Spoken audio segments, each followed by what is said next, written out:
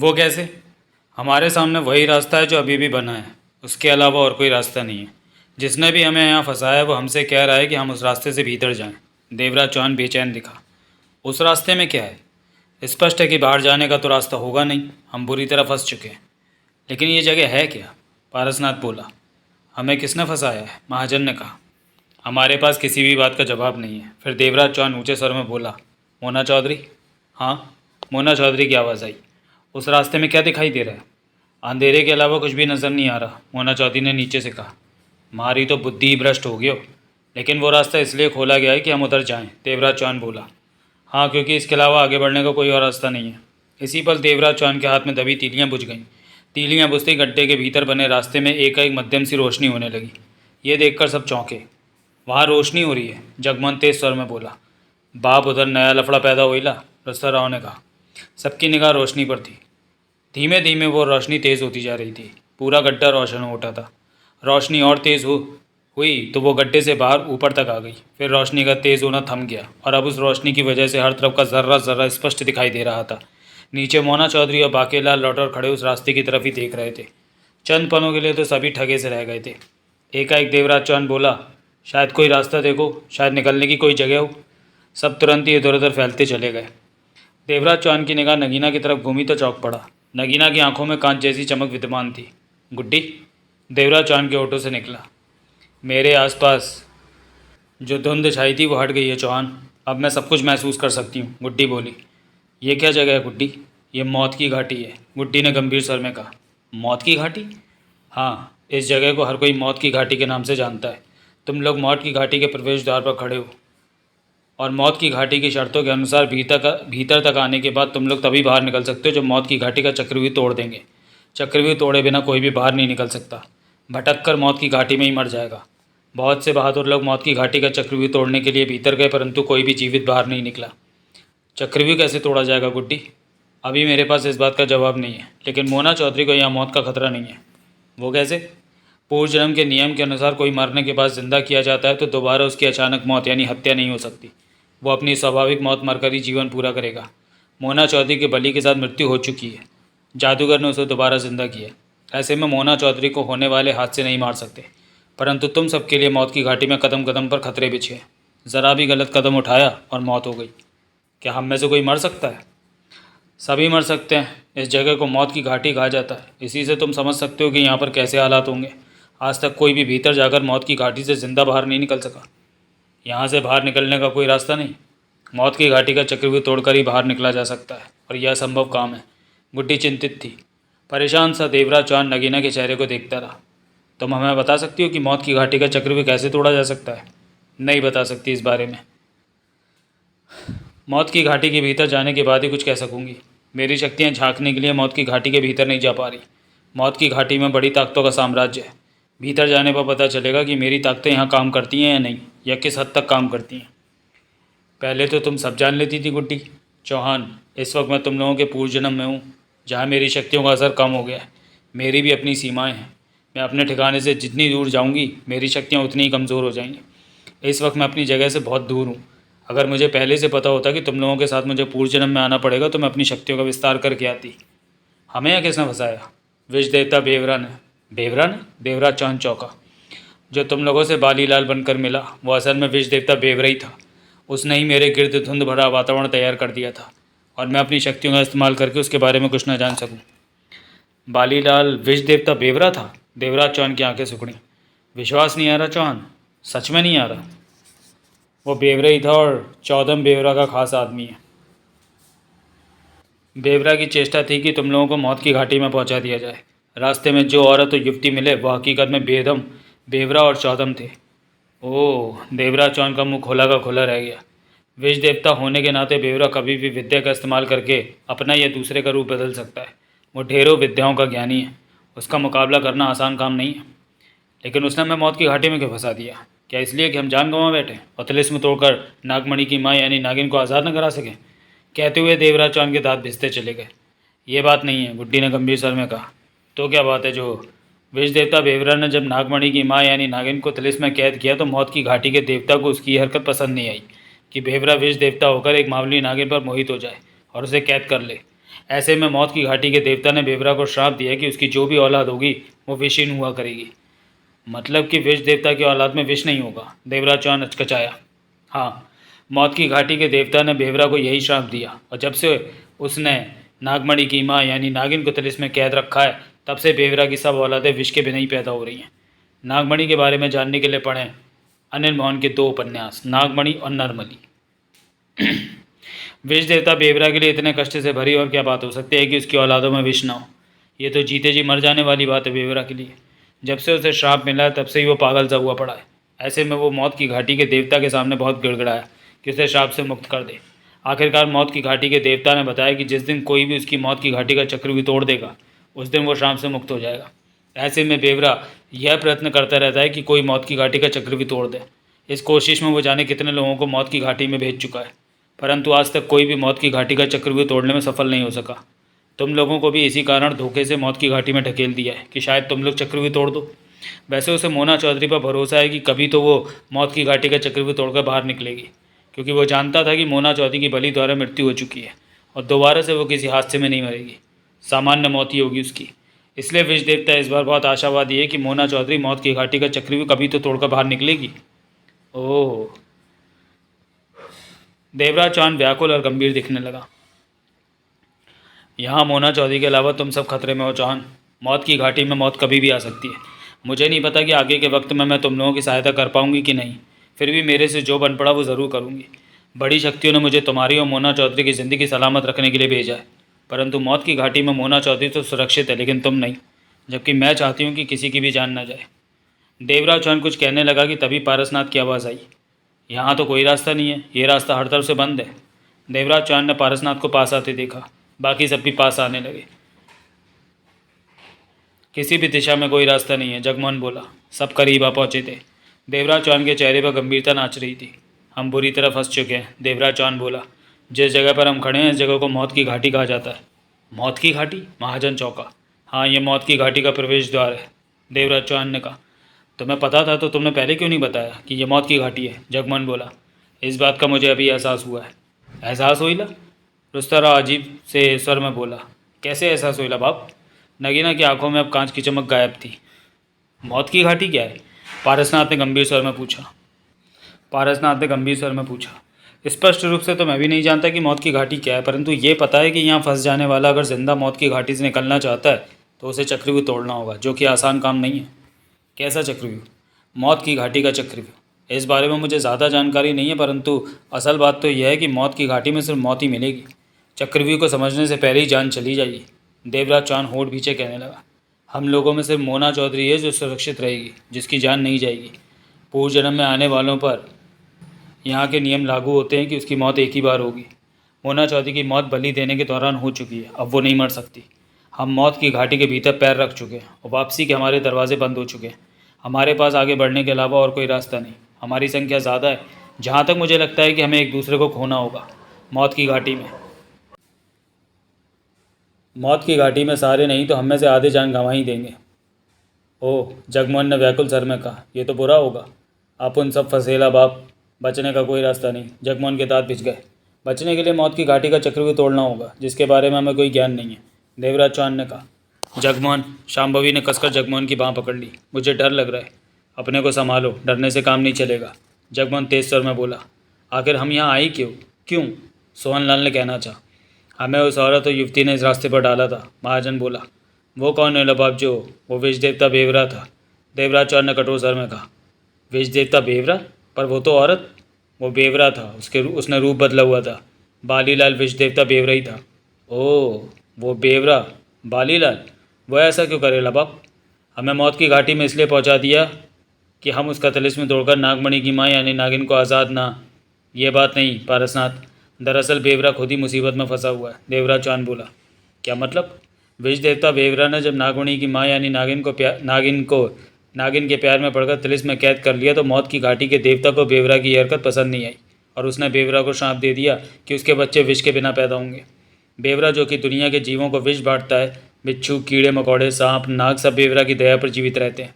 बेवरा उन्हें विष देगा तो ऐसे में बेवरा के बच्चे ही बिना विष के रहें तो इससे ज़्यादा तकलीफ वाली बात बेवरा के लिए क्या होगी? बेवरा ने मौत की घाटी के देवता को मनाने की बहुत चेष्टा की कि वो अपना श्राप वापस ले ले। आखिरकार मौत की घाटी के देवता ने कहा कि जिस दिन उसकी मौत की घाटी का चक्रव्यूह टूटेगा वो श्राप से मुक्त हो जाएगा। इसके पश्चात बेवरा किसी तरह लोगों को भटकाकर मौत की घाटी में भेजने लगा कि शायद कोई मौत की घाटी का चक्रव्यूह तोड़ने में सफल हो जाए, परंतु अभी तक उसे सफलता नहीं मिली। बेवरा खुद क्यों न गया मौत की घाटी में? शायद उसे पता था कि मौत की घाटी का चक्रव्यूह तोड़ना असंभव सा काम है। फिर इस बार उसने हम लोगों को मौत की घाटी में ढकेल दिया। वो जानता है कि मोना चौधरी की जान मौत की घाटी में नहीं जाएगी, क्योंकि नियम के मुताबिक वो एक बार मर चुकी है। जिंदा होने के पश्चात दूसरी बार नहीं मर सकती। उसे भरोसा है कि मोना चौधरी एक दिन मौत की घाटी का चक्रव्यूह तोड़कर बाहर ज़रूर निकलेगी। देवराज चौहान ने कहा। और हमारा क्या होगा? बेवरा को इस बात से कोई वास्ता नहीं कि हम मरते हैं या जिंदा रहते हैं। कमीना, महाजन दांत बीच कर क्या उठा। अब अपन क्या करेला? बाहर हम जा नहीं सकते, रास्ते बंद हो चुके हैं। यहाँ भी कब तक रहेंगे? हमें आगे बढ़ना होगा। देवराज चौहान बोला। तुम्हें ये सब बातें कैसे पता चली? पारसनाथ ने पूछा। अचानक ही इन सब बातों का एहसास हो गया, जैसे ये बातें कोई मेरे दिमाग में डाल गया हो। देवराज चौहान बोला। ये कैसे हो सकता है? ऐसा ही हुआ है, देवराज चौहान ने सिर हिलाकर गंभीर स्वर में कहा। देवराज चौहान को देखते हुए पारसनाथ ने गहरी सांस ली। कहा कुछ नहीं। जगमोहन कुछ कहने लगा कि नीचे से मोना चौधरी की आवाज़ आई। बेबी। महाजन तेज़ी से आगे बढ़ा, नीचे झाँका। 30 फीट गहरे 25 फीट चौड़े गड्ढे में मोना चौधरी और बाकेलाल राठौर खड़े दिखे। मारे को भूल गयो का? बहुत देर से दर्शनों ना दो। बाकेलाल राठौर का स्वर सुनाई दिया। महाजनों, मारी ना तो मोनो चौधरी का ही कुछ करो। मारे साथों तो बहुत जुल्म हुओ। तुम लोग क्या कर रहे हो? मोना चौधरी ने कहा। महाजन ने सिर घुमाकर देवराज चौहान को परेशान निगाहों से देखा। अब क्या करना है? महाजन ने पूछा। देवराज चौहान एक कदम आगे बढ़ा और नीचे झाँकता बोला। तुम्हें उस रास्ते के भीतर कुछ नज़र आ रहा है? हाँ। मोना चौधरी ने उस रास्ते को देखा जहाँ से रोशनी बाहर आ रही थी। वो बहुत ही खूबसूरत जगह है, हीरे जवाहरातों से जड़ी खूबसूरत जगह। भीतर हर चीज़ जगमगा रही है, मैं बयान नहीं कर सकती। कोई दिखा? देवराज चौहान ने ऊपर से पूछा। नहीं, हम भी नीचे आ रहे हैं। नीचे? नहीं, नीचे आए तो ऊपर जाने का रास्ता नहीं मिलेगा। और यहाँ भी कुछ नहीं है, देवराज चौहान ने कहा। वापस जाने के रास्ते बंद हो चुके हैं। हम चूहेदानी में फंस गए हैं और इस वक्त हम मौत की घाटी नाम की जगह में पहुँच चुके हैं। ये मौत की घाटी का प्रवेश द्वार है। ये बात कैसे पता चली? मोना चौधरी के होठों से निकला। अभी अभी पता चला, हम नीचे आ रहे हैं। सबसे पहले देवराज चौहान मिट्टी की कच्ची सीढ़ियाँ उतरने लगा। अब मारा का हो गए देवराज चौहानों। देवराज चौहान के पीछे महाजन और सोहनलाल उतरने लगे। मौत की घाटी में जाने का क्या लफड़ा हुआ बाप? रुस्तम राव भी नीचे उतरने लगा। पारसनाथ के चेहरे पर कठोरता नाच रही थी। जगमोहन, शांभवी जगमोहन का हाथ थामे घबराए सर में बोली। अब क्या होगा? घबराओ मत, हम सब साथ हैं। जगमोहन गंभीर स्वर में बोला। मौत की घाटी में हम मर गए तो? मैं नहीं जानता कि अब क्या होने वाला है। मुझे अपनी नहीं तुम्हारी चिंता है जग्गू। जगमोहन ने शांभवी के सफ़ेद हुए पड़े चेहरे को देखा, फिर फीकी मुस्कान के साथ बोला। तुम फिक्र मत करो शांभवी, हम सब साथ ही हैं। मुझे बहुत डर लग रहा है। डरो मत। हम तभी पारसनाथ क्या उठा। डरने की कोई ज़रूरत नहीं, हमें आने वाले हालातों का मुकाबला करने के लिए तैयार हो जाना चाहिए। पर भैया, ये तो मौत की घाटी है। शांभवी के होंठों से निकला। यहाँ तो लोगों को मौत मिलती है। जब फंसी गए तो घबराने की क्या ज़रूरत है? हिम्मत से काम लो। कहने के साथ ही वो भी सीढ़ियाँ उतरने लगा। रुस्तम भी उसके पीछे चल पड़ा। आओ शांभवी। जगमोहन ने शांभवी का हाथ पकड़ा। मैं हमेशा तुम्हारे साथ रहूँगा। आओ भाभी, जगमोहन ने कहा और वो दोनों भी नीचे उतरने लगे। नगीना की आंखों में एक कांच सी चमक नाच उठी। उसने गर्दन घुमाकर इधर उधर देखा, फिर वो भी मिट्टी की कच्ची सीढ़ियाँ उतरती नीचे की तरफ जाने लगी। सब 25 फीट गहरे गड्ढे में जा पहुँचे थे। दाईं तरफ बने रास्ते से तीव्र प्रकाश बाहर आ रहा था। राबड़ों ने मारे को मौत की घाटों में फंसा दो। एक बार मारे को मिले तो हम वड़ दो उसको। देवराज चौहान ने बेवरा से लेकर यहाँ तक के सारे हालात बताए मोना चौधरी को। इस दौरान मोना चौधरी की निगाह कई बार नगीना की तरफ उठी, जबकि नगीना की निगाह आसपास जा रही थी। मोना चौधरी देवराज चौहान को एक तरफ ले जाकर बोली। तुम्हें ये सब बातें बेला यानी नगीना ने बताई है ना? स्वर धीमा था। हाँ। बेला को ये बातें कैसे पता चल जाती हैं? कई बार तो वो आने वाले वक्त के बारे में भी पहले से बता देती है। देवराज चौहान चुप रहा। बताओ तो कि हम बुरे हालातों में फंस चुके हैं मोना चौधरी। तुम्हें उस तरफ ध्यान देना चाहिए कि बेला यानी नगीना को बातें कैसे पता चल जाती हैं? मोना चौधरी ने पुनः पूछा। देवराज चौहान वहाँ से अन्य लोगों की तरफ बढ़ गया। मोना चौधरी 2 पल तो देवराज चौहान को देखती रही, फिर नगीना की तरफ बढ़ी, जो कि चंद कदम हटकर सोच भरी मुद्रा में खड़ी उस रोशनी भरे रास्ते को देख रही थी। हम फंस गए बेला? मोना चौधरी ने नगीना से कहा। हाँ मिन्नो, नगीना गंभीर दिखी। मैं तुमसे ये पूछना चाहती हूँ कि तुम्हें बातें पहले से कैसे पता चल जाती हैं? ये कैसे पता चला कि बेवरा ने हमें यहाँ फंसाया है और इसके पीछे उसकी मंशा क्या है? अचानक तुम्हें सब कुछ कैसे पता चल जाता है? नगीना की आंखों में कांच जैसी चमक विद्यमान हो गई। अपने आप ये बातें मेरे दिमाग में आ जाती हैं। नगीना रूपी गुड्डी मुस्करा कर के उठी। ये नहीं हो सकता। सच मिन्नू, मैं जिस बात के बारे में ज़्यादा सोचती हूँ अचानक उसका जवाब मेरे दिमाग में आ जाता है। जब मैंने सोचा कि हम यहाँ क्यों फंस गए तो जवाब मेरे दिमाग में खुद ही आ गया। मोना चौधरी नगीना को घूरने लगी। नगीना खुलकर मुस्कुराई। तुम मुझसे सच नहीं कह रही? मैंने सच कहा। तभी शांभवी पास आ पहुंची। वो नगीना से बोली, यहाँ मुझे डर लग रहा है। घबराओ मत, हम तुम्हारे साथ हैं। नगीना ने शांभवी का हाथ पकड़कर प्यार से कहा, इस बारे में मैं तुमसे फिर बात करूंगी बेला। क्या फ़ायदा, जो सच है वो तुम्हें बता तो दिया है। नगीना के होंठों से गुड्डी के लहजे में शब्द निकले। मोना चौधरी वहाँ से हट गई। देवरा चांद उस रास्ते को देख रहा था जहाँ से रोशनी बाहर आ रही थी। वो रास्ता मात्र 10 फीट लंबा था। फिर एक हॉल जैसी जगह में खुल रहा था जहाँ रोशनी में चीज़ें चमक रही थीं, जहाँ से भीतर की जगह का थोड़ा सा हिस्सा नज़र आ रहा था। तभी सोहनलाल पास आ पहुँचा। क्या है उधर? सोहनलाल ने झांकते हुए पूछा। बेशकीमती जगह लगती है, जो फर्नीचर पड़ा उस पर हीरे जवाहरात जड़े लग रहे हैं और वो चमक रहे हैं। ये बैठक जैसी जगह लगती है। देवराज चौहान बोला। मैं भीतर जा रहा हूँ। तुम क्या, अब तो सबने ही भीतर जाना। परंतु देवराज चौहान तब तक उस रास्ते में प्रवेश कर गया था। 10 फीट का वो रास्ता पार करके जब उस तरफ पहुंचा तो हैरान रह गया। बहुत बड़ा हॉल था ये, दूर तक जा रहा था। छत 2 मंजिल ऊंची थी और वहाँ फानूस लटके रोशन हो रहे थे। हर चीज़ पर हीरे जवाहरात जड़े थे। बैठने के लिए छोटी और लंबी कुर्सियों पर शानदार नक्काशी की गई थी। उस पर जड़े हीरे जवाहरात चमक रहे थे। राजा के महल से कहीं ज़्यादा प्रभावशाली थी जगह। दीवारों पर बड़ी बड़ी सीनरी लगी हुई थी। सीनरियों में भी हीरे जवाहरात जड़े थे। उस जगह की शान देखते ही बनती थी। मन को मोह लेने वाली जगह थी ये। देवराज चौहान अपलक सा हर तरफ देखे जा रहा था। बाकी सब भी यहाँ पहुँचे थे और यहाँ का नज़ारा देखकर दंग रह गए थे। कितनी बढ़िया जगह है।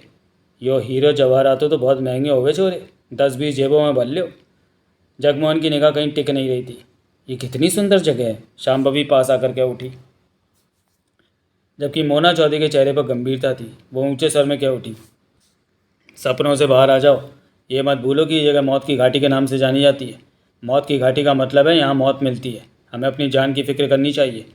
तुम तो सुरक्षित होएला बाप, तुम दूसरी बार नहीं मरेला। हम सब एक हैं, किसी को भी कुछ हुआ तो बुरा होगा। हमें सतर्क रहना है, किसी चीज़ से प्रभावित नहीं होना है। यहाँ हर चीज़ में मौत छिपी है। हर आकर्षण का कोई मतलब होगा। हम यहाँ फंस चुके हैं और हमें यहाँ से सुरक्षित निकलने का रास्ता तलाश करना है, जो कि आसान नहीं होगा। मौत की घाटी इसलिए नहीं बनाई गई कि भारी लोग यहाँ आएँ और यहाँ से ज़िंदा बाहर निकल जाएँ। यहाँ कदम कदम पर ऐसा इंतज़ाम होगा कि आने वाला मौत को गले लगा ले। ऐसा होने पर ही मौत की घाटी की जीत है। सबकी निगाह मोना चौधरी पर जा टिकी थी। मोना चौधरी ठीक कह रही है। देवराज चौहान क्या उठा। मौत की घाटी का मतलब यहाँ सिर्फ मौत मिलती है। हमें कभी भी लापरवाह नहीं होना है, हर समय सतर्क और चौकस। देवराज चौहान के शब्द अधूरे रह गए। इसी पल वहाँ भरभराती आवाज़ गूंजी, मौत की घाटी में आप सबका स्वागत है। आवाज़ ऐसी कि लग रहा था जैसे वहाँ के हर कोने से उभर रही हो। सब ठगे से खड़े रह गए, नज़रें हर तरफ घूमने लगी, परंतु कोई भी नज़र नहीं आया। शांभवी ने पास खड़ी नगीना की बात थाम ली।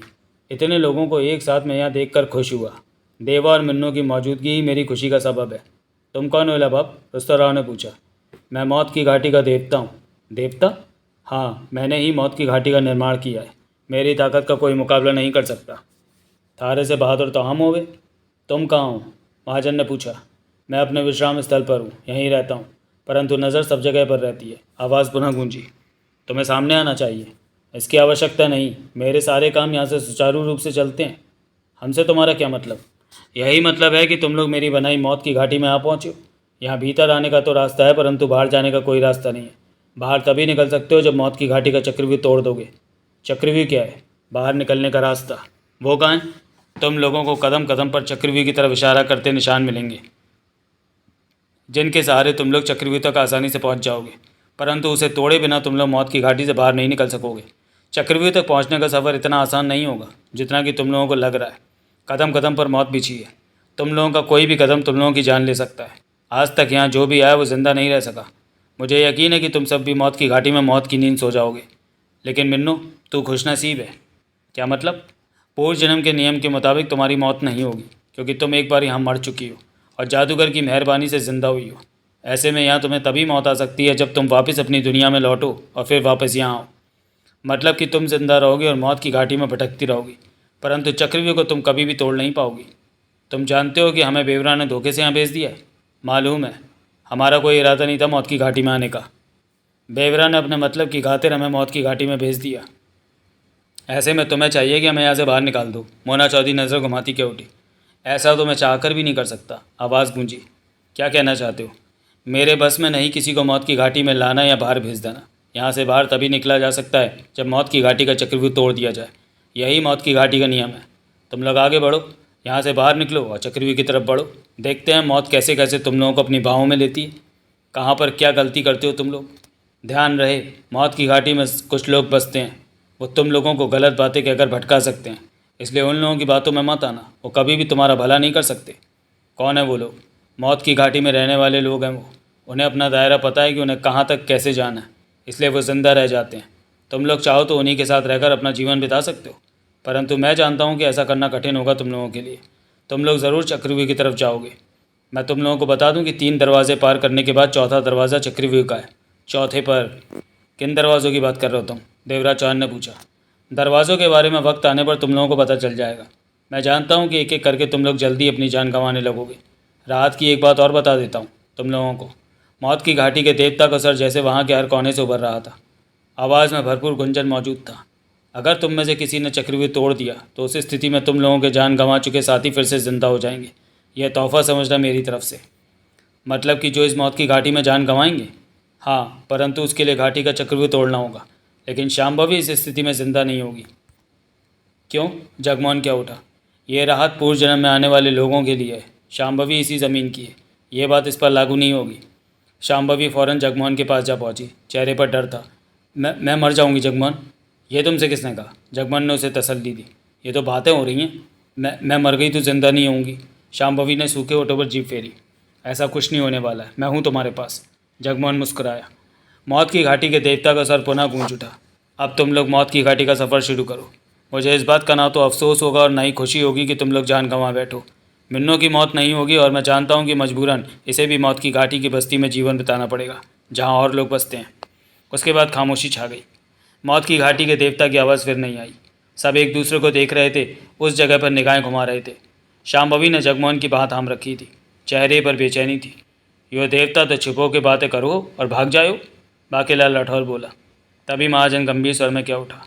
इन सब बातों में एक ही बात हमारे हक में है कि अगर चक्रव्यूह टूटेगा तो हम में से जो भी मौत की घाटी के हादसे में फंसकर जान गंवा बैठा होगा वो ज़िंदा हो जाएगा। ये ज़रूरी तो नहीं कि चक्रव्यूह तोड़ने में हम सफल रहें, सोहनलाल बोला। चक्रव्यूह को तोड़ना तो मोना चौधरी के हाथ में रहेगा, क्योंकि इसकी जान नहीं जाएगी, पारसनाथ ने कहा। कईयों की निगाह मोना चौधरी पर ठहर गई। मोना चौधरी के चेहरे पर गंभीरता नजर आ रही थी। यहाँ के हालात खतरनाक ज़रूर हैं, परंतु हमें डर की तरफ से अपना दिमाग हटाना होगा। देवराज चौहान क्या उठा। पारसनाथ ने ठीक कहा है कि ये हमारे लिए राहत की बात है कि जब चक्रव्यूह टूटेगा तो जो मर चुका होगा वो ज़िंदा हो जाएगा। इसलिए हमें मौत की परवाह नहीं करनी है। ये मौत केवल कुछ समय के लिए होगी। अगर मोना चौधरी मौत की घाटी का चक्रव्यूह तोड़ने में सफल रहती है तो, जगमोहन बोला। ये क्यों सोचेला बाप कि मोना चौधरी चक्रव्यूह तोड़ेला? रुस्तराव क्या उठा। कोई भी चक्रव्यूह तोड़ेला, सब तो मरेला नहीं, क्या मालूम अपन लोग जिंदा रहेला। रुस्तराव ठीक कहता है, मोना चौधरी बोली। आने वाले वक्त में क्या होता है या आगे बढ़ने पर ही पता चलेगा। हम यहाँ क्यों रुके हुए हैं? हमें आगे बढ़ना चाहिए, यहाँ से बाहर निकलना चाहिए। ये जगह है क्या? महल जैसी जगह लगती है। चलो यहाँ से बाहर निकलने की कोशिश की जाए। उसके बाद वे सब हॉल की एक दिशा की तरफ बढ़ गए। जगमोहन चलते चलते शांभवी बोली, मैं मर गई तो ज़िंदा नहीं हो सकूँगी। तुम्हें कुछ ना होगा, जगमोहन प्यार से बोला। मैं तुम्हारा ध्यान रखूँगा, मैं हर पल तुम्हारे साथ ही रहूँगी। हाँ, जगमोहन ने उसका हाथ थामा। तुम मेरे साथ ही रहना। उस हॉल के अंत में एक चौड़ा सा दरवाज़ा दिखा जो कि खुला हुआ था। वे लोग उस दरवाजे से बाहर निकले। एक तरफ लंबी गैलरी जा रही थी। गैलरी में वे बुती थे जो इस प्रकार खड़े थे जैसे कि चलते फिरते अचानक ही उन्हें रोक दिया हो। दूर से देखने पर इंसानों के खड़े होने का भ्रम होता था। चंद पल तो वे गैलरी में यहाँ वहाँ खड़े इंसानों जैसे बुतों को देखते रह गए। यो लोगों नहीं, लोगों को बुतो लागो। ऐसा लगेला बाप जैसे अचानक ही सब कुछ रुकेला हो, रुस्तरा बोला। एक पल के लिए तो लगता है जैसे ये चल रहे हों, जगमोहन ने कहा। यह हमारे लिए कोई चाल हो सकती है, महाजन ऊंचे स्वर में बोला। तभी सोहनलाल गैलरी में उन बुतों की तरफ बढ़ गया। बाकी सब भी चल पड़े। उस जगह का फर्श और दीवारें पत्थर की थी, छत भी पत्थरों की थी। वो गैलरी 12 फीट चौड़ी थी। सोहनलाल पहले वाले बुत के पास पहुंचकर ठिठका। अगले ही पल चौंका। बुत की आंखें जीवित थीं, वो हिल रही थीं, उसे देख रही थीं।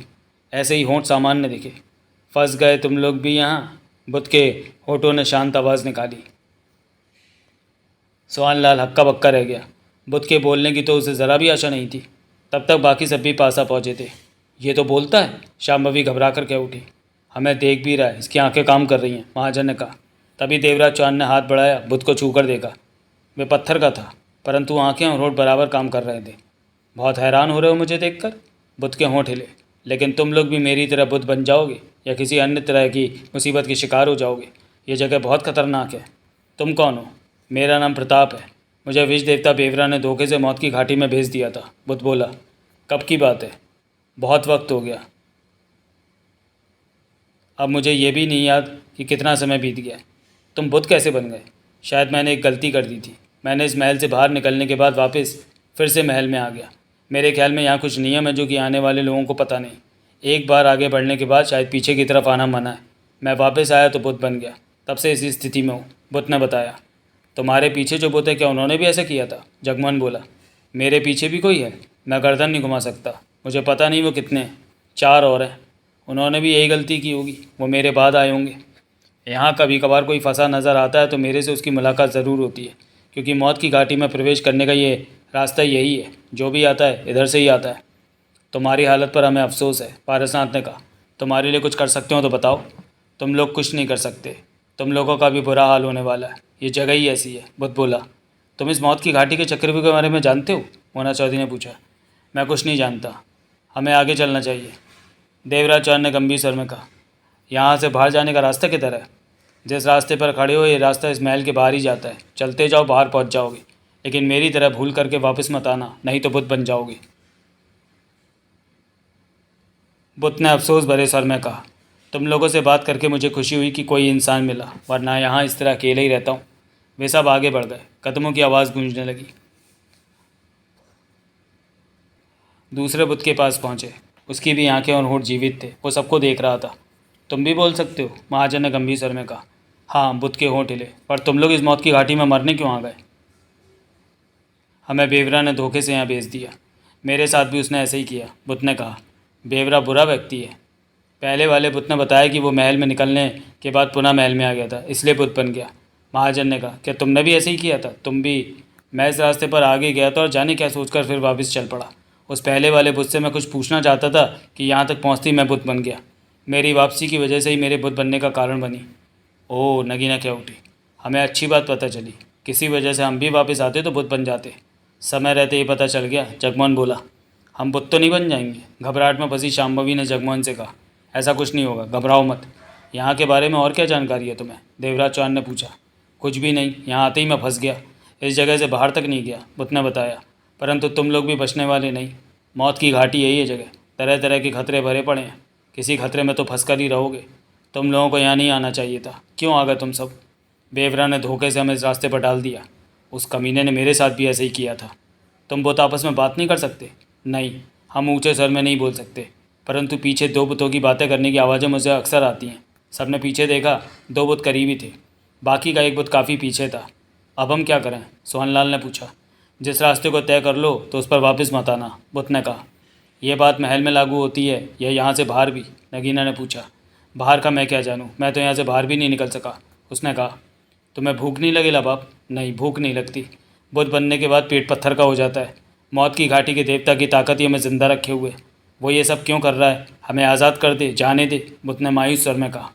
चक्रव्यूह के बारे में तुम क्या जानते हो? पारसनाथ ने पूछा। कुछ भी नहीं। क्या है चक्रव्यूह, बताओगे मुझे?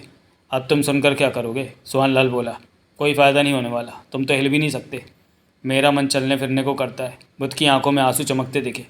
हमारे बस में नहीं है कि तुम्हारी इच्छा को पूरा करना, मोना चौधरी ने कहा। हम तो खुद मौत की घाटी में फंस गए। वे सब आगे बढ़ गए। आगे 2 बुत एक साथ मौजूद थे। उनमें 1.5 कदम का फासला था। वो भी इसी हाल में थे। आंखें और होंठ जिंदा थे। उनके पास पहुंचने पर एक बुत व्यंग भरे स्वर में क्या उठा। फंस गए तुम लोग भी? बहुत देर बाद इतने सारे लोगों को एक साथ देखा है, दूसरा बुत बोला। लगता है ये भी हीरे जवाहरात लेने आए हैं, पहले वाले ने पुनः व्यंग भरे स्वर में कहा। तुम लोग कौन हो? महाजन ने पूछा। क्या हमारे घर वालों का पैगाम लाए हो? पहले वाले ने मजाक भरे स्वर में कहा। नहीं, ये मौत की घाटी से बाहर जाकर हमारे घर वालों को पैगाम देंगे कि अभी हम जिंदा हैं, दूसरा कड़वे स्वर में क्या उठा। अपने इस हाल पर बहुत परेशान हो तुम दोनों, देवराज चौहान ने कहा। बहुत ज़्यादा, पहले वाले बुत ने कहा। तुम परेशान नहीं होगे अगर तुम्हें पत्थर का बनाकर इस तरह खड़ा कर दिया जाए? ज़रूर परेशान होऊंगा, मेरी तो ज़िंदगी खत्म हो जाएगी, देवराज चौहान बोला। तो वही हाल हमारा है। तुम दोनों का ये हाल हमने नहीं किया, हमसे तो नाराज़गी से बात मत करो। दोनों चुप रहे। यहाँ कैसे आप फंसे? मोना चौधरी ने पूछा। किस्मत खराब थी हमारी, पहला बोला। हम घर से कमाने के लिए निकले थे। हम दोनों दोस्त हैं और एक ही गांव में रहते हैं। जब हम जा रहे थे तो रास्ते में हमें एक आदमी मिला। बाद में पता चला वो व्यक्ति विष देवता बेवरा था। उसने हमसे पूछा कि हम कहाँ जा रहे हैं। हमने बताया कि दौलत कमाने के लिए निकलें और उस तरफ जा रहे हैं जहाँ कारोबार होता है। तो वो बोला वो ऐसी जगह जानता है कि जहाँ बहुत सारे हीरे जवाहरात पड़े। हम लालच में आ गए, उसके साथ चल पड़े। वो हमें एक पहाड़ के पास लाया। पहाड़ के नीचे से रास्ता भीतर को जा रहा था। कहने लगा कि भीतर चले जाओ और जितने भी हीरे जवाहरात चाहिए ले आओ। मैंने कहा तुम भी चलो, तो उसने कहा वो पहले ही बहुत से ले आया है और बाहर बैठकर ही हमारी वापसी का इंतज़ार करेगा। हम उसके झांसे में आ गए और उसके बताए रास्ते पर पहाड़ के भीतर चले गए। इस प्रकार हम मौत की घाटी में आ फंसे। दूसरे ने आप बीती बताई। तुम लोग अपनी गलती की वजह से फंसे, नगीना बोली। सब गलती की वजह से ही फंसते हैं बेबी, महाजन बोला। हम भी तो गलती से फंसे। मोना चौधरी ने गंभीरता से सिर हिलाया। हमें यहाँ से बाहर निकालो, पहले वाले ने कहा। हमें वापस इंसान बना दो किसी तरह, दूसरा बोला। इस तरह तो हम पागल हो जाएंगे। हम चाहकर भी तुम्हारे लिए कुछ नहीं कर सकते। कोई तरीका हो तो बता दो, हम तुम्हें ठीक कर देते हैं, जगमोहन ने कहा। हमें कोई तरीका नहीं पता, पहला वाला बोला। ये तो खुद मुसीबत में पड़ने वाले हैं, दूसरे ने कहा। ये हमें कहाँ से बचाएंगे? मोना चौधरी मुस्कुराई। तुम क्यों मुस्कुरा रही हो? पहला वाला क्या उठा। सच में हम किसी भी समय मुसीबत में पड़ सकते हैं। इस मौत की घाटी में खतरे बहुत हैं। तुम लोग पत्थर के कैसे बन गए? अपनी बेवकूफ़ी से। उस पहले वाले बुत ने हमें चेताया था कि जो रास्ता तय कर लो उस पर वापस मत आना, नहीं तो मेरी तरह पत्थर के बन जाओगे। हम इस जगह से बाहर चले गए। बाहर कुछ आगे जाकर आराम करने के इरादे से महल में आ गए और सोचा कि उस कमरे में जो हीरे जवाहरात हैं उन्हें भी उखाड़ कर जेबों में भर लेंगे ताकि यहाँ से बाहर निकल गए तो दौलत हमारे पास होगी। परंतु हमारा वापस आना ही मैं फंसा गया। हम पत्थर के बन गए। हमने उस बुत की बात मानी होती तो आज हमारा ये हाल ना होता, दूसरे ने दुखी स्वर में कहा। चलो यहाँ से, जगमोहन ने कहा और शांभवी का हाथ थामे आगे बढ़ गया। बाकी सब भी चल पड़े। अगर हो सके तो हमें किसी तरह बचा लेना, दोनों में से एक बुत ने बेचैन स्वर में कहा। वापस पलटने का तो सवाल ही पैदा नहीं होता था। वे आगे नज़र आ रहा आखिरी बुत के पास पहुँचे। उस बुत ने कमर में धोती लपेट रखी थी, माथे पर तिलक लगा था। वो 40 बरस का स्वस्थ व्यक्ति रहा होगा कभी, परंतु इस समय पत्थर का बना हुआ था। उसकी आंखें और होठ जिंदा थे। कौन हो तुम लोग? उस बुत ने उनके पास पहुंचने पर पूछा। हम क्या बताएं कि हम लोग कौन हैं? देवराज चौहान बोला। तुम हमें जानते नहीं। कहाँ के हो? इस दुनिया के तो लगते नहीं, बुत बोला। तुमने ठीक कहा, हम दूसरी दुनिया से इस धरती पर आए हैं। तुम्हारा नाम? कौन सी दुनिया? उसने पूछा। हम नहीं जानते कि वो कहाँ है, परंतु वो है। तुम्हारा नाम क्या है? मुकुट राम। यहाँ कैसे फंस गए? मैं यहाँ खुद आया था। खुद आए थे? क्या तब तुम्हें पता ही था कि तुम मौत की घाटी में प्रवेश करने जा रहे हो? पारसनाथ ने पूछा। पता था। तुम्हें यहाँ नहीं आना चाहिए था। बेवरा के लिए मैं मौत की घाटी का चक्र भी तोड़ने आया था, बुद्ध बोला। तो बेवरा ने तुम्हें बेवकूफ़ बनाकर। मैं बेवरा का खास आदमी था और इस काम के लिए मैंने ही बेवरा से कहा था। मुझे अपनी समझदारी पर भरोसा था और बेवरा को भी लगा कि मैं ये काम कर सकता हूँ, तो उसने मौत की घाटी में जाने की इजाज़त दे दी। परंतु मैं कुछ ना कर सका और यहाँ आकर पत्थर का बुत बन गया। बुद्ध ने पछतावे वाले स्वर में कहा। तुम बेवरा को मौत की घाटी के देवता के शाप से मुक्ति दिलाना चाहते थे, जगमोहन ने कहा। तुम्हें कैसे पता? बुद्ध के स्वर में चौंकने के भाव आए। हमें पता है कि बेवरा किस मुसीबत में फंसा है। मौत की घाटी के देवता ने बेवरा को श्राप दिया हुआ है कि इसकी औलादें विष के बिना पैदा होंगी। यह श्राप तब दिया जब उसने नागमणि की माँ यानी नागिन को तिलिस्म में कैद किया था। ओह, तुम लोग तो वास्तव में सब कुछ जानते हो, बुद्ध के होठों से निकला। तुम लोग हो कौन? हम बेवरा के तिलिस्म को तोड़ने आए हैं, मोना चौधरी बोली। मिन्नो देवा, बुद्ध के होठों से निकला। हाँ, मैं मिन्नो हूँ और ये देवा है। मोना चौधरी ने देवराज चौहान की तरफ इशारा किया। हम तिलिस्म तोड़कर नागमणि की माँ को आज़ाद कराने आए। वो तिलिस्म हम दोनों के नाम से बंधा है। जानता हूँ, बुद्ध ने कहा, परंतु तिलिस्म तोड़ने की चाबी कहाँ है? मोना चौधरी ने जेब में हाथ डाला, ब्लैक डायमंड निकाल कर बोली। ये रही तिलिस्म तोड़ने की चाबी। ब्लैक डायमंड के बारे में विस्तार से जानने के लिए पढ़ें अनिल मोहन के 2 उपन्यास, नागमणि और नरबली। ओह, बुद्ध ने कहा, ये तुम दोनों को अपनी दुनिया से मिली होगी। हाँ, मैं जानता था कि बेवरा ने तिलिस्म की चाबी किसी और दुनिया में भेज रखी थी कि देवा मिन्नो इसे पा ना सके, परंतु तुम दोनों ने चाबी को ढूंढ लिया, इसका रहस्य भी समझ गए। तो तुम दोनों उस तिलिस्म को तोड़ने आए हो? हाँ, परंतु बेवरा ने चालाकी से हमें इस मौत की घाटी में ढकेल दिया। बेवरा चाहता है कि किसी तरह मौत की घाटी का चक्र भी टूट जाए, बुद्ध बोला, इसलिए उसने ऐसा किया। बेवरा को गलत मत समझो, वो मुसीबत में पड़ा इंसान है। वो विष देवता है। इस धरती के जीवों में जहर पाया जाना उसकी मेहरबानी से है, परंतु श्राप की वजह से उसके बच्चे जहर के बिना पैदा होते हैं। मौत की घाटी के देवता ने उसे इसलिए श्राप दिया कि उसने नागमणि की माँ यानी नागिन को कैद कर लिया था। हाँ, तो बेवरा को चाहिए था कि उसे आज़ाद कर देता। बेवरा तो ऐसा करने को तैयार था, परंतु मौत की घाटी का देवता श्राप वापस लेने को तैयार नहीं हुआ। बेवरा का दिल उस इच्छाधारी नागिन पर आ जाना उसे बहुत महंगा पड़ा। फंस गया था बेवरा। वो नागिन अब भी तिलिस्म में कैद है। हाँ, मौत की घाटी का चक्रव्यूह हम कैसे तोड़ सकते हैं, क्योंकि हमें यहाँ से बाहर निकलना है। मैं नहीं जानता। अपनी कोशिश शुरू करने से पहले ही मैं पत्थर का बन गया था। इस जगह से बाहर निकल गया, फिर जाने क्या सोचकर मैं यहाँ का हाल फिर से देखने के लिए वापस आ गया और पत्थर का बन गया। इतना ध्यान रखो कि यहाँ का जो रास्ता तय कर लो उस पर वापस मत आना। तुम लोगों ने ऐसा किया तो पत्थर के बन सकते हो। मतलब कि इस बारे में तुम हमारी कोई सहायता नहीं कर सकते, मोना चौधरी बोली। मैं तुम लोगों को रास्ता नहीं दिखा सकता, बुद्ध ने अफसोस भरे स्वर में कहा। तुम ठीक कैसे होगे, मैं नहीं जानता। आगे बढ़ो रे, हमारा समय खराब हो वे। बाकेलाल लौट के उठा। इस रास्ते पर ही बढ़ना, ये तुम्हें इस जगह से बाहर ले जाएगा। किसी और रास्ते पर गए तो वो जाने कहाँ निकले और नया खतरा तुम लोगों के सामने हो। मौत की घाटी के देवता ने इस बात का पूरा इंतजाम कर रखा है कि जो भी यहाँ पर आए वो किसी न किसी ढंग से गहरी मुसीबत में पड़ जाए और अपनी ही फिक्र सताने लगे। चक्रव्यूह तोड़ने के बारे में सोचे ही नहीं। वो सब आगे बढ़ने लगे। उनके कदमों की आवाज़ें उठने लगी। इस रास्ते पर पर्याप्त रोशनी थी। रोशनी कहाँ से आ रही थी ये पता नहीं चल रहा था। यहाँ कदम कदम पर खतरा होएला बाप, मालूम नहीं कब किधर फंसेला। मारे को तो मौतों की घाटों का देवता मिलो तो हम उसो को वट दो एक ही बारों में। अपनी जान की फिक्र करेला बाप, हम तो इधरों फंस गए हो चोरे। हम पत्थरों के बुतों बनो, तुम्हारे को उठा के अपनों साथों ले जाओ।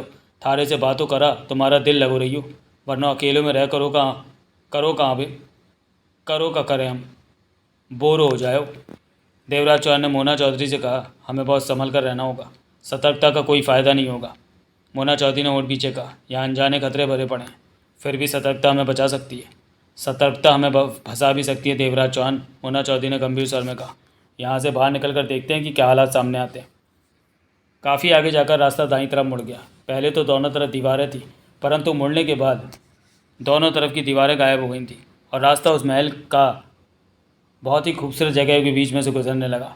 दोनों तरफ दूर तक फैला लाल कालीन बिछा था। ठंडी हवा चल रही थी। जगह जगह टेबल कुर्सियाँ लगी थी। कई टेबलों पर गरम गरम खाना रखा नजर आ रहा था। खाने में से भाप उठ रही थी। खाने की महक रह रहकर सांसों से टकरा रही थी, परंतु वहाँ कोई भी आदमी नज़र नहीं आ रहा था। छत पर फानूस लटक रहे थे। तभी महाजन बोला, हमें कुछ देर यहाँ आराम करना चाहिए और खा पी भी लेना चाहिए। ये गलती मत करना, जगमोहन क्या उठा। मौत की घाटी का देवता हमारे रिश्तेदार नहीं है जो हमारे खाने पीने का इस तरह खास प्रबंध करेगा। ये खाना पीना सजावट यहाँ आने वाले लोगों के लिए जाल है, ज़रूरी तो नहीं कि। महाजन, मोना चौधरी क्या उठी।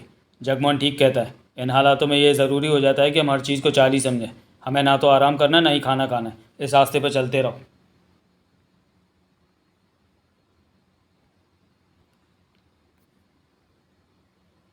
महाजन गहरी सांस लेकर रह गया। भूखो तो मारे को भी लगे हो, कोई भी रुकने की कोशिश नहीं करेगा, मोना चौधरी ने सख्त स्वर में कहा।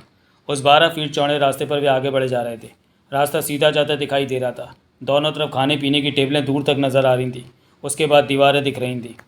जगह तो अच्छी है, महाजन ने कहा, पर मौत के बहाने भी कई हैं, सोहनलाल ने गंभीर स्वर में कहा।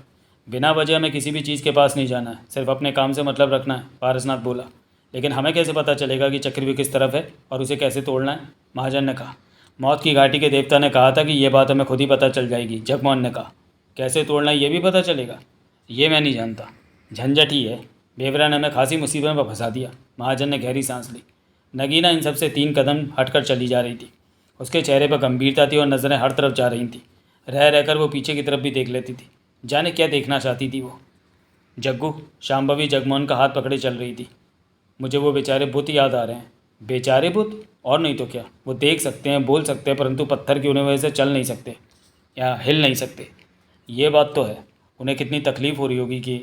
उनके बारे में मत सोचो शांभवी, जगमोहन ने गंभीर स्वर में कहा। सिर्फ अपने बारे में सोचो। हम भी किसी तरह के खतरे में फंस सकते हैं। इस मौत की घाटी में जान जाने के खतरे बहुत ज़्यादा हैं। हम तो ज़िंदा रहेंगे ना। हम सभी ज़िंदा रहेंगे। हम यहाँ की मुसीबतों का मुकाबला कर लेंगे, जगमोहन होंठ बीच कर बोला। उस रास्ते के दोनों तरफ नज़र आता खुशगवार माहौल समाप्त होने लगा था। टेबलें और खाना पीछे छूटता जा रहा था। आगे जंगल सा दिखने लगा था। पेड़ आने शुरू हो गए थे। धीरे धीरे वो रास्ता घने जंगल में प्रवेश करता चला गया। गहरा घना जंगल, रास्ता उसके बीच में से गुजर रहा था। सबसे आगे देवराज चौहान था। कुछ आगे जाते ही देवराज चौहान ठिठक गया। ऐसा होते ही बाकी सब भी रुकते चले गए। सामने का दृश्य देखते ही सब बुरी तरह चौंके। रास्ते में 20 फीट हटकर जंगल में शेर खड़ा था, जो कि उन्हें ही देख रहा था। ये शेर है, शांभवी कह उठी। कोई पीछे की तरफ कदम नहीं उठाएगा, देवराज चौहान शेर को देखते ऊंचे स्वर में बोला। यह गलती जिसने की वो पत्थर का बन सकता है। तभी शेर ने अपना गुफा जैसा मुंह खोला और दहाड़ उठा। उसकी धाड़ इतनी ऊंची थी कि सुनते ही बनती थी। फिर शेर तेजी से उनकी तरफ लपका। सबके दिल की धड़कनें थम गईं। ये तो आप उन लोगों को खाएला बाप, आप इसे वट दो हरामों को। कोई इस रास्ते को छोड़कर जंगल में नहीं उतरेगा, देवराज चौहान ने ऊंचे स्वर में कहा। नजरें शेर पर थीं। लेकिन इसका मुकाबला तो करना होगा, जगमोहन परेशान स्वर में बोला। तब तक शेर पास आ गया था। तुम आगे मत जाना जग्गू, शांभवी कांपती आवाज़ में कह उठी। शेर उस रास्ते के पास आकर ठिठका और पुनः दहाड़ा। यह देखकर देवराज चौहान की आंखें सिकुड़ी। शेर जंगल की ज़मीन छोड़कर उनके रास्ते पर नहीं चढ़ा। घबराने की कोई बात नहीं है, देवराज चौहान ने कहा। शेर हमारे रास्ते पर नहीं आ रहा, हम सुरक्षित हैं। इस बात का क्या भरोसा होइला बाप कि ये सच में नहीं आएला? आना होता तो आ गया होता, हमें आगे बढ़ते रहना है चाहिए, आओ। कहने के साथ ही देवराज चौहान आगे बढ़ने लगा। बाकी सब पुनः उसके पीछे चल पड़े। शेर जोरों से दहाड़ा और रास्ते के साथ साथ आगे बढ़ने लगा। तभी दूर से एक और शेर की दहाड़ सुनाई दी। यो तो पूरी फौज होवे, चलते रहो, मोना चौधरी बोली। हम सुरक्षित हैं, जब तक हम अपने रास्ते पर रहेंगे शेर हमें कुछ नहीं कह सकते। ये हम पर झपटते क्यों नहीं जग्गू? मुझे क्या पता। तभी भागता हुआ एक और शेर वहाँ पहुँचा और उसके साथ साथ चलने लगा। कोई पीछे की तरफ ना जाए, मोना चौधरी ने कहा। काफ़ी देर बाद जंगल समाप्त हुआ और वो रास्ता एक बड़े से गेट पर जाकर ख़त्म हो गया। हर तरफ वीरानी छाई हुई थी, कोई इंसान नज़र नहीं आ रहा था। हम बाहर आ पहुँचे, पारसनाथ ने कहा। वो बोर्ड कैसा है? मोना चौधरी कहते हुए दाईं तरफ तेज़ी से बढ़ गई। उस तरफ बोर्ड ज़मीन में लगा खड़ा था। बाकी सब भी वहाँ पहुँच गए। बोर्ड पर लिखा था, यहाँ से पहला दरवाज़ा शुरू हो रहा है, चक्रव्यूह की तरफ जाने का रास्ता दाईं तरफ है। अगर आप चक्रव्यूह तोड़कर सुरक्षित यहाँ से बाहर निकलना चाहते हैं तो उसके लिए 4 चीज़ों की ज़रूरत पड़ेगी। पहले दरवाजे से दूसरे दरवाजे तक 4 में से एक चीज़ मौजूद है, उसे अपने साथ ले जाना मत भूलें। इसी प्रकार जहाँ से दूसरा दरवाज़ा शुरू होगा, तीसरे दरवाजे तक भी एक चीज़ मौजूद है जो कि चक्रव्यूह को तोड़ने के काम आएगी, उसे भी अपने साथ ले लें। चक्रव्यूह तोड़ने के लिए वो ऐसी कौन सी चीज़ है जो आपको अपने साथ ले जानी है, ये समझ लेना आप लोगों पर निर्भर करता है। मौत की घाटी का मौत से भरा सफ़र शुरू करें और अपनी किस्मत आजमाइए। यही लिखा था बोर्ड पर। सबने पढ़ा, बार बार पढ़ा। मारे को क्या पता कि कौनो चीज़ उठानो होवे चक्रव्यूह तोड़ने वास्तु। इस बारे में बोर्ड पर नहीं लिखा, सोहनलाल बोला। ये तो धोखा है। जगमोहन के दांत भिज गए। देवराज चौहान के चेहरे पर गंभीरता नाच रही थी। मोना चौधरी का चेहरा कठोर हो गया। तब वो देवराज चौहान से बोली, चक्रव्यूह तोड़ने के लिए वो क्या चीज़ है जो पहले दरवाजे के रास्ते में है और हमें उसे साथ ले जाना? इस बारे में मुझे कोई जानकारी नहीं, देवराज चौहान ने कहा। तो हमें कैसे पता चलेगा कि किस चीज़ से चक्रव्यूह टूटेगा? बोर्ड पर लिखा है बेबी कि हम अपनी समझदारी से फैसला करें, महाजन बोला। लेकिन ये बात बिना किसी सहायता के हमें कैसे पता चलेगी? मोना चौधरी झल्लाई। यहाँ हमारी मौत का इंतज़ाम कर रखा है, घाटी का देवता हमें खामा का बातों में उलझा रहा है, सोहनलाल ने कहा। तुम ठीक कहते हो, यहाँ हमारी मौत होगी, पारसनाथ ने कहा। अगर घाटी का देवता सच्चा खेल खेल रहा होता तो वह इस बात का जिक्र करता कि हमें किस चीज़ की तलाश करके उसे साथ ले जाना है। सब चुप से एक दूसरे को देखने लगे। यह समस्या तो है ही कि हमें नहीं मालूम कि चक्रव्यूह तोड़ने के लिए पहले दरवाजे की किस चीज़ की ज़रूरत पड़ेगी। देवराज चौहान गंभीर स्वर में कह उठा। परंतु यहाँ खड़े रहने का कोई फ़ायदा नहीं, हमें आगे बढ़ना चाहिए। चलो जी चलो, बाकेलाल लौटा कहकर आगे बढ़ गया। फिर सब चल पड़े। एक बात अपने दिमाग में बिठा लो, देवराज चौहान ने ऊँचे स्वर में कहा। कोई भी पलट कर वापस नहीं चलेगा। कैसे भी हालात हो वापस नहीं आना है। जो रास्ता तय कर लिया उसे उल्टा तय नहीं करना। ऐसी स्थिति में पत्थर के बुत बन सकते हैं या किसी अन्य तरह की मुसीबत में हम फंस सकते हैं। सब आगे बढ़े जा रहे थे। ये रास्ता कुछ इस तरह का था जैसे कभी बहुत बेहतर रहा हो, परंतु अब खराब हो गया। रास्तों के किनारे पर इक्का दुक्के पेड़ खड़े दिख रहे थे या फिर बड़ी बड़ी पहाड़ी चट्टानें खड़ी थीं। हर तरफ वीरानी का आलम था। यहाँ पर किसी का दिखाई न देना परेशानी में डालने जैसा था। देवराज चौहान तेज़ तेज़ कदम उठाते नगीना के पास पहुँचा। यहाँ तो हम भारी खतरे में पड़ गए, नगीना मुस्कुरा कर क्या उठी। हाँ, मौत की घाटी में सिर्फ मौत ही हमें आसानी से मिल सकती है, देवराज चौहान बोला। यहाँ पर वो चीज़ क्या हो सकती है जो चक्रव्यूह तोड़ने में हमारे काम आएगी? कुछ नहीं मालूम। मौत की घाटी का देवता हमारे साथ मौत का खेल खेल रहा है। वो जानता है कि हमें मौत मिलने वाली है। चक्रव्यूह तोड़ना आसान होता तो अब तक किसी न किसी ने तोड़ दिया होता, नगीना ने कहा। सच में यह कठिन काम है। बेवरा ने हमें बुरी जगह फंसा दिया। नगीना ने कुछ नहीं कहा। तभी देवराज चौहान बोला, गुड्डी। उसी पर नगीना की आंखों में कांच जैसी चमक विद्यमान हो गई। बोल चौहान। नगीना के होंठों से गुड्डी के लहजे में स्वर निकला। हम चक्रव्यूह को कैसे तोड़ सकते हैं? देवराज चौहान ने पूछा। बहुत परेशानी है। मुझे तो तुम लोग भारी मुसीबत में फंसते लग रहे हो। तुमने चक्रव्यूह के बारे में क्या पता किया? अभी मैं चक्रव्यूह तक पहुंचने की चेष्टा कर रही हूँ। अभी मैं रास्ते पर हूँ। चक्रव्यूह पर पहुँच कर पता चल सकेगा कि उसे कैसे तोड़ा जा सकता है। मैं इस काम में अपनी सारी शक्तियों का इस्तेमाल कर रही हूँ। ऐसी क्या चीज़ है जो चक्रव्यूह तोड़ने के लिए पहले दरवाजे से मैं अपने साथ ले जानी है? इसका जवाब तो अभी मुझे भी नहीं पता। तुम्हें हमारी सहायता करनी होगी गुड्डी, वरना हम सफल नहीं हो सकते। जब तक मैं चक्रव्यूह तक पहुंचकर सब कुछ देख नहीं लेती तब तक मैं कुछ नहीं कह सकती। चक्रव्यूह तोड़ने के लिए हमें किन चीज़ों की ज़रूरत पड़ेगी ये पता लग जाएगा तुम्हें। इसी कोशिश में हूँ चौहान, अभी मुझे काम करने दे, फिर आऊँगी। इसके साथ ही नगीना की आंखों से कांच सी चमक गायब हो गई। सब तेज़ी से आगे बढ़े जा रहे थे। अब क्या करने की सोची है आपने? नगीना ने पूछा। अभी तक खास कुछ नहीं सोचा नगीना, जैसे हालात आएंगे वैसे ही काम करेंगे, देवराज चौहान बोला। इन हालातों में तो कुछ भी नहीं किया जा सकता। मौत की इस घाटी में हम कभी भी फंस सकते हैं। मुझे आप पर भरोसा है कि आप सबको बचा लेने का कोई रास्ता ज़रूर निकाल लेंगे। यह अंडरवर्ल्ड का खेल नहीं है जहाँ मैं कुछ कर जाऊँ। अजीब व गरीब जादू की दुनिया है, कौन से पल में क्या हो जाए कुछ नहीं मालूम। आने वाला वक्त हमारे लिए बुरा भी हो सकता है। सब तेज़ी से आगे बढ़े जा रहे थे। चलते चलते मोना चौधरी देवराज चौहान के करीब आकर बोली, तुमने इस बारे में बेला से बात की? वो कुछ नहीं बता पा रही कि आगे क्या होगा। देवराज चौहान ने गंभीर स्वर में कहा। कई बार तो बता देती है। हाँ कई बार। तो अब क्यों नहीं बता रही? वो कहती है कि अब उसे आगे के वक्त का एहसास नहीं हो पा रहा। तभी बाकेलाल लौटर की आवाज़ आई, वो देखो पानी, नदो बहो देखो। सबकी निगाह सामने की तरफ टिक गई। रोका कोई नहीं था, चलते जा रहे थे। काफ़ी आगे उन्हें नदी बहती दिख रही थी, जो कि बाएं से आकर दाएं को जा रही थी। यानी कि अगर उन्हें इसी प्रकार आगे बढ़ना हो तो नदी पार करनी पड़ेगी। सब नदी के पास पहुंचकर रुके। नदी की चौड़ाई 60-70 फीट थी। वो मध्यम गति से बह रही थी और सामने ही किनारे पर एक कश्ती मौजूद थी। कश्ती को बांधा नहीं गया था, परंतु वो पानी के साथ बह भी नहीं रही थी, वहीं मौजूद थी और हौले हौले हिल रही थी। उसके पास ही एक बोर्ड लगा था जिस पर लिखा था, चक्रव्यूह तक जाने के लिए नदी पार करके सीधा आगे बढ़े। हमें नदी पार करके आगे बढ़ना है, जगमोहन बोला। कश्ती से हम नदी पार कर सकते हैं, सोहनलाल ने कहा, परंतु ये तो छोटी है, इस पर 2 लोग ही एक बार में आ सकते हैं। इसकी पतवार भी नहीं होला बाप, तो यह कश्ती यहाँ क्यों है? हम सबको तैर कर नदी पार करनी होगी, देवराज चौहान ने कहा। जग्गू, शांभवी हड़बड़ाकर कह उठी, मैं तैरना नहीं जानती। चिंता मत करो, मैं तैरूंगा, तुम मेरा हाथ पकड़े रहना, जगमोहन बोला। मैं डूब जाऊंगी, शांभवी ने परेशान स्वर में कहा। जगमोहन ने सोच भरी निगाहों से शांभवी को देखा। तुम शांभवी के साथ इस कश्ती में नदी पार कर सकते हो? मोना चौधरी बोली।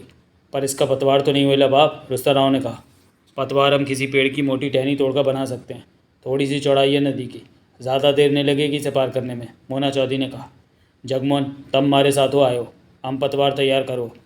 जगमोहन ने देवराज चौहान को देखा। देवराज चौहान ने सहमति से सिर हिला दिया। जगमोहन बाकेला लठौर के साथ पेड़ की तरफ बढ़ गया। तभी महाजन ने नदी में छलांग लगाई और तैरकर दूसरे किनारे की तरफ जाने लगा। सबकी निगाह महाजन पर टिकी थी। जब महाजन ने ठीक ठाक नदी पार कर ली तो सोहनलाल नदी में कूद गया। इस तरह सब एक एक करके नदी पार करने लगे। थोड़ी देर बाद जगमोहन और बाकेला लौटर वापस आए। जगमोहन ने 7 फीट लंबी मोटी पेड़ की टहनी थाम रखी थी, जो कि एक तरफ से 7-8 इंच चौड़ी थी और इस छोटी सी कश्ती में पतवार का काम दे सकती थी। मोना चौधरी और रुस्ताराव खड़े थे, बाकी सब तैरकर नदी के उस पार पहुँच चुके थे। तुम आसानी से नदी पार कर लोगे, मोना चौधरी बोली। हाँ, जगमोहन ने सिर हिलाया। अगले ही पल मोना चौधरी नदी में कूद गई। आपुन भी चलेला बाप, रुस्ताराव ने कहा और नदी में कूद गया। आओ शांभवी, जगमोहन शांभवी का हाथ थामे बोला। दोनों आगे बढ़े और किनारे पर हौले हौले हिल रही कश्ती में बैठे। पहले शांभवी को उसने बिठाया, फिर खुद बैठ गया। पतवार रूपी पेड़ की मोटी टहनी उसके हाथ में थी। अभी वो कश्ती में बैठी थे कि एकाएक कश्ती को झटका लगा और अपनी जगह छोड़कर वो पानी के संग आगे को बहने लगी। जगमोहन ने हड़बड़ाकर पतवार रूपी डंडे से कश्ती का रुख मोड़ना चाहा, परंतु कोई फ़ायदा नहीं हुआ। कश्ती की रफ्तार हर पल तेज़ होती जा रही थी। जग्गू, शांभवी चीख उठी, ये क्या हो रहा है? ये भाग क्यों रही है? दूर से किनारे पर खड़े उन सबके चिल्लाने की आवाज़ आई, परंतु जगमोहन को होश ही कहाँ था। वो तो पतवार से कश्ती पर काबू पाने की चेष्टा में था, परंतु सब कुछ उसके कंट्रोल से बाहर हो चुका था। कश्ती नदी की सतह पर मोटर बोट की तरह दौड़ी जा रही थी। कश्ती निगाहों से ओझल हो गई। सब हक्के बक्के से किनारे पर खड़े रह गए थे। चेहरों पर हैरानी और उलझन के भाव थे। उन्हें कुछ समझ ही नहीं आया कि क्या हो गया है। जगमोहन और शांभवी उनसे जुदा हो चुके थे। ये क्या हो गया? सोहनलाल के होठों से निकला। कश्त तो तेजों से भागेला बाप। वो कश्ती नहीं चाल थी, देवराज चौहान दांत भींचकर बोला। जगमोहन और शांभवी उस जाल में फंस गए। हमें यह भी नहीं पता कि ये नदी किस दिशा में कहाँ तक जाती है, पारसनाथ ने झल्लाए स्वर में कहा। नगीना के चेहरे पर चिंता के भाव थे। मोना चौधरी गंभीर से नदी में उस तरफ देखे जा रही थी जिधर कश्ती गई थी। अब क्या करें? महाजन बोला। हमें उनकी तलाश में नहीं जाना है, मोना चौधरी दांत भींचे क्या उठी। हमें अपने रास्ते पर आगे बढ़ना है। हम तो जगमोहनों को ढूंढो, बाकेलाल लौटर गुस्से से बोला। कोई फ़ायदा नहीं होगा, नुकसान ही होगा कि हम अपने रास्ते से भटक, लेकिन जगमोहन को हम यूँ छोड़कर नहीं जा सकते बेबी, महाजन बोला। वो जहाँ भी है ठीक रहेगा। मौत की घाटी के देवता की बात याद करो कि अगर चक्रव्यूह को तोड़ दिया गया तो वो लोग सब जीवित हो जाएंगे। बेशक तब उन्हें मार दिया गया, वो हमें दोबारा मिल जाएंगे। अगर चक्रव्यूह को नहीं तोड़ा जा सका तो? सोहनलाल ने कहा।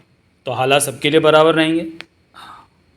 अब जगमोहन फंसा है तो बाद में दूसरे फंसेंगे और परंतु तुम्हें कुछ नहीं होगा, सोहनलाल बोला, क्योंकि इस बार मेरी मौत हो चुकी है इसलिए। तुम्हें दोबारा जिंदा करने में जगमोहन ने जादूगर का भरपूर साथ दिया था, सोहनलाल ने तीखे स्वर में कहा। और अब तुम उसे बुरे हालातों में फंसा छोड़कर आगे बढ़ जाना चाहती। यहाँ के हालात हमें उसकी तलाश की इजाज़त नहीं देते सोहनलाल। तुम सुरक्षित हो इसलिए ऐसी बातें कर रही। सोहनलाल, देवराज चौहान ने गंभीर स्वर में कहा, मोना चौधरी की बात गलत भी नहीं है। अगर चक्रव्यूह टूटा तो सब ठीक हो जाएगा, ना टूटा तो हालात सबके लिए एक जैसे ही होंगे। लेकिन शांभवी की बात तुम भूल रहे हो। उसकी जान गई तो वो जिंदा नहीं हो सकेगी। हम भगवान से यही मांगेंगे कि शांभवी को कुछ ना हो। देवराज चौहान गंभीर था। जगमोहन सोहनलाल होठ भींच कर रह गया। जगमोहन तो है ही नहीं यहाँ पे। हमें आने वाले खतरों के प्रति सचेत रहना चाहिए ताकि, लेकिन हम आगे बढ़कर कर भी क्या रहे हैं? पारसनाथ बोला। चक्रव्यूह तोड़ने के लिए आगे बढ़ते हुए मौत की घाटी के हर दरवाजे से किसी खास चीज़ को साथ लेते हुए चलना है, और उस चीज़ के बारे में कोई जानकारी नहीं कि वो क्या है। सब एक दूसरे को देखने लगे। देवराज चौहान ने नगीना पर निगाह मारी तो उसकी आंखों में कांच जैसी चमक को मौजूद पाया। मुझे नहीं लगता कि हम चक्रव्यूह तोड़ पाएंगे, सोहनलाल ने कहा। कम से कम हमें ये तो मालूम होना चाहिए कि हमें किस चीज़ की तलाश है, महाजन बोला। तभी नगीना के होठों से गुड्डी के लहजे में स्वर निकला, हमें यहाँ से चल देना चाहिए। मोना चौधरी की निगाह नगीना पर जा टिकी। तुम भी मेरी बात से सहमत हो बेला कि हमें जगमोहन की तलाश में नहीं जाना है? सहमत हूँ मिन्नो। क्यों हो? हम सब ने ही तो मौत की घाटी के देवता के बिछाए जाल में फंसना है। अब जगमोहन फंसा तो अगली बार किसी और की होगी। यहाँ सबको अपने बारे में सोचना है। नगीना के होठों से गुड्डी का स्वर निकल रहा था। जगमोहन की तलाश में जाओ या इसी रास्ते पर आगे बढ़ो, फंसने वाले खतरे तो हर तरफ है। मोना चौधरी की शांत निगाह नगीना पर थी। देवराज चौहान गंभीर दिख रहा था। सोहनलाल ने बहती नदी तक दूर निगाह मारी, फिर देवराज चौहान से बोला, तुम्हारा क्या ख्याल है कि मैं जगमोहन की तलाश में उस तरफ जाना चाहिए? हमें अपने रास्ते पर आगे बढ़ना चाहिए, देवराज चौहान बोला। फिर सब आगे बढ़ गए। उनके कपड़े गीले थे और धीरे धीरे सूखते जा रहे थे। चेहरों पर गंभीरता थी। शांभवी और जगमोहन का साथ में ना होना उन्हें परेशान कर रहा था। हर तरफ धूप छाँव का खेल नजर आ रहा था। कहीं कहीं पेड़ खड़े थे कि अगर किसी को आराम करना हो तो वहाँ रुक सकता है, नहीं तो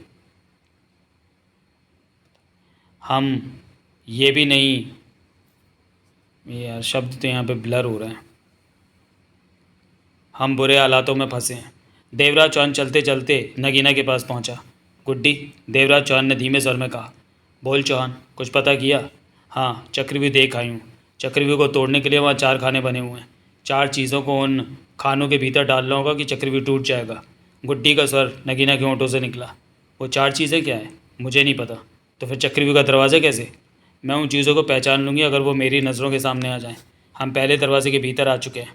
दूसरा दरवाज़ा आने से पहले ही हमें वो एक चीज़ मिल जानी चाहिए जो चक्रव्यूह को तोड़ने के काम आएगी। इसी प्रकार दूसरे दरवाजे के भीतर जाने पर एक चीज़ मिलेगी, फिर तीसरे दरवाजे की समाप्ति पर चक्रव्यूह तक जो थोड़ा सा चलना है, उस रास्ते में भी एक कोई चीज़ है जो कि कुल मिलाकर 4 हो जाएंगी। तुम उन चीज़ों को तब पहचानोगी गुड्डी जब वो तुम्हें दिखें। हाँ, ना दिखी और हम वो रास्ता पार कर गए तो? गुड्डी ने कुछ नहीं कहा। हम चक्रव्यूह तोड़ने में सफल होंगे या नहीं, देवराज चौहान ने गंभीर स्वर में कहा। यह बात अभी मैं जान नहीं पाई, परंतु चक्रव्यूह तक का सारा रास्ता देख आई हूँ। हमारी समस्या का हल कैसे होगा या नहीं होगा, इसका जवाब मेरे पास यही है कि मैं मोना चौधरी के साथ रहूँगी। नगीना की होठों से गुड्डी का स्वर निकला। क्यों? देवराज चौहान के माथे पर बल उभरे। तुम सब कहीं ना कहीं फंसने वाले हो, परंतु मोना चौधरी ही ऐसी है जिस पर यहाँ किसी चीज़ का असर नहीं होगा। वो ना तो मरेगी और ना ही कहीं फंसेगी। चक्रव्यूह तोड़ सकी तो वो मोना चौधरी ही तोड़ेगी। इस वक्त जगमोहन कहाँ है? अगर चक्रव्यूह तोड़ने में मोना चौधरी सफल रही तो जगमोहन से तुम्हारी मुलाकात हो जाएगी, परंतु मौत की घाटी में शांभवी का बच पाना संभव नहीं। वो यहाँ के खतरे का शिकार हो जाएगी। खतरों के शिकार तो बाकी लोग भी होंगे, परंतु चक्रव्यूह के टूटने पर वे सामान्य अवस्था में आ जाएंगे। ऐसा शांभवी के साथ नहीं होगा। जगमोहन शांभवी को चाहता है। यह चाहत बहुत जल्दी खत्म हो जाएगी क्योंकि शांभवी की मौत हो जाएगी। शांभवी को इसी दुनिया में रहना है। उधर महल के कैद खाने में चौधरी आत्महत्या करने वाला है, इधर शांभवी की मौत होने वाली है। दोनों फिर जन्म लेंगे, परंतु इस बार शांभवी युवक के रूप में होगी और चौधरी औरत के रूप में। इस जन्म में चौधरी ने औरतों पर जो जुल्म ढाए हैं, अगले जन्म में शांभवी युवक बनकर चौधरी से एक एक बात का बदला लेगी। इसलिए शांभवी की मौत तो पक्की है। वो जगमोहन के लिए नहीं, चौधरी से उसके कर्मों का हिसाब लेने के लिए है। देवराज चौहान एकाएक कुछ न कह सका। चुप क्यों हो गया चौहान? जगमोहन को शांभवी की मौत का बहुत दुख होगा। जगमोहन ने शांभवी को जो सुख दिया उसका बदला शांभवी चुका जाएगी। वो जगमोहन की मौत को अपने सिर पर लेगी, परंतु जगमोहन का कुछ ना होने देगी। गुड्डी ने कहा। तुम जानती हो जगमोहन के साथ क्या होने वाला है? नगीना के होठों से जवाब में कोई शब्द न निकला। वो कश्ती तेज़ी से रफ्तार से पानी में आगे सरकी जा रही थी। शांभवी ने घबराकर जगमोहन की बाँह पकड़ रखी थी। ये क्या हो रहा है जग्गू, हम पानी में डूब जाएंगे। शांभवी चीख उठी। ऐसा कुछ नहीं होगा, खुद को संभालो। कश्ती बहुत अच्छे ढंग से आगे जा रही है, कहीं तो रुकेगी। मुझे डर लग रहा है। मेरे साथ होते हुए डरो मत। जबकि मन ही मन जगमोहन खुद परेशान था। पानी में कश्ती के चलने की रफ्तार बहुत ही तेज़ हो चुकी थी। शांभवी ने कसकर जगमोहन की बाँह थामी हुई थी। वो लोग हमें बचाने आएंगे? नहीं मालूम। इन हालातों में वो हमारे लिए कुछ नहीं कर सकते। कुछ देर बाद कश्ती की रफ्तार एकाएक कम होने लगी। कश्ती रुक रही है। शांभवी खुशी से चीख उठी। जगमोहन ने आसपास निगाह मारी। नदी के दोनों तरफ जंगल था। एकाएक कश्ती का आगे जाना थम गया। फिर वो बाईं तरफ घूमी और किनारे की तरफ सरकने लगी। देखते ही देखते वो किनारे पर जा लगी। जगमोहन और शांभवी उसी पल कश्ती छोड़कर किनारे की ज़मीन पर आ गए।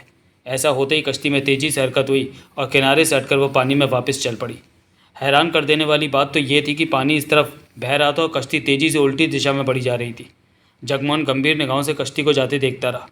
हम बच गए जग्गू। शांभवी प्रसन्न स्वर में कह उठी। ये मौत की घाटी है, हम यहाँ खतरों से घिरे पड़े हैं। हम पानी में डूबने से बच गए। कश्ती निगाहों से ओझल हो चुकी थी। जगमोहन की निगाह जंगल में घूमने लगी। हम अपने लोगों से अलग हो गए। शांभवी कह उठी। जंगल घना और गहरा था। जगमोहन की नज़र हर तरफ जा रही थी। क्या देख रहा है जग्गू? कश्ती ने हमें खास तौर से इस जगह पहुंचाया है तो इसका भी कोई खास मतलब ज़रूर होगा। क्या मतलब हो सकता है? यही तो देखना है। मौत की घाटी में कोई भी बात बिना वजह नहीं हो सकती। आओ चलें। दोनों चल पड़े जंगल के भीतर की तरफ। हम कहाँ जा रहे हैं? शांभवी ने पूछा। मैं नहीं जानता, परंतु यहाँ खड़े रहने का कोई फ़ायदा नहीं। शायद आगे हमें अपने साथी मिल जाएं। ये जंगल कितना घना है, दिन में ही शाम जैसा समय लग रहा है। वे तेज़ी से घने जंगल में आगे बढ़े जा रहे थे। कितना अच्छा हो जग्गू कि हम दोनों इसी जंगल में जीवन बिता दें, शांभवी ने हंसकर कहा। प्यार ऐसा नहीं होता, जगमोहन मुस्कुराया। क्या मतलब? प्यार के साथ व्यस्तता ज़रूर होनी चाहिए, नहीं तो प्यार से मन भर जाता है। हर पल हम दोनों साथ रहेंगे तो जल्दी एक दूसरे से मन भर जाएगा। प्यार में दूरी होना बहुत ज़रूरी है, जगमोहन ने कहा। तुम्हारी ये उल्टी बात मेरी समझ में नहीं आई। मैंने कुछ भी उल्टा नहीं कहा। तुमने कहा कि प्यार में दूरी होनी चाहिए। सही तो कहा है। जब हम हर वक्त पास रहेंगे तो प्यार कम होता चला जाएगा। ऐसा कैसे हो सकता है? तब तो प्यार बढ़ेगा। भोली बुद्धि, तेरी समझ में ये बात नहीं आएगी।